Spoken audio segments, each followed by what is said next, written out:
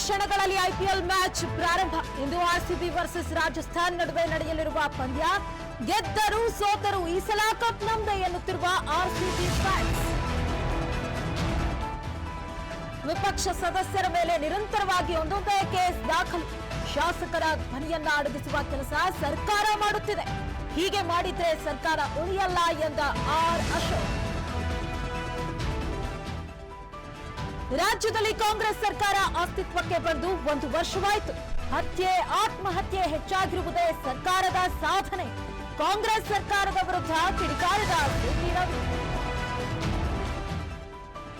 ಬೆಂಗಳೂರಲ್ಲಿ ನಡೆದ ರೇವ್ ಪಾರ್ಟಿಗೆ ಟ್ವಿಸ್ಟ್. ಡ್ರಗ್ಸ್ ಪಾರ್ಟಿ ಹಿನ್ನೆಲೆ ಆಶಿರಾಯ್ಗೂ ಎದುರಾದ ಸಂಕಷ್ಟ. ನಾನು ಇತ್ತೀಚೆಗಷ್ಟೇ ಇಂಡಸ್ಟ್ರಿಗೆ ಎಂಟ್ರಿ ಆಗಿದ್ದೇನೆ ಎಂದ ಆಶಿರಾಯ್. ನಟಿ ವಿದ್ಯಾ ಕೊಲೆಗೆ ಬಿಗ್ ಟ್ವಿಸ್ಟ್. ಪತಿಯಿಂದಲೇ ಕೊಲೆಯಾದ ಸಿನಿಮಾ ನಟಿ ವಿದ್ಯಾ. ಪತಿ ನಂದೀಶ್ ಎಂಬಾತನಿಂದ ವಿದ್ಯಾ ಕೊಲೆ ಆರೋಪ.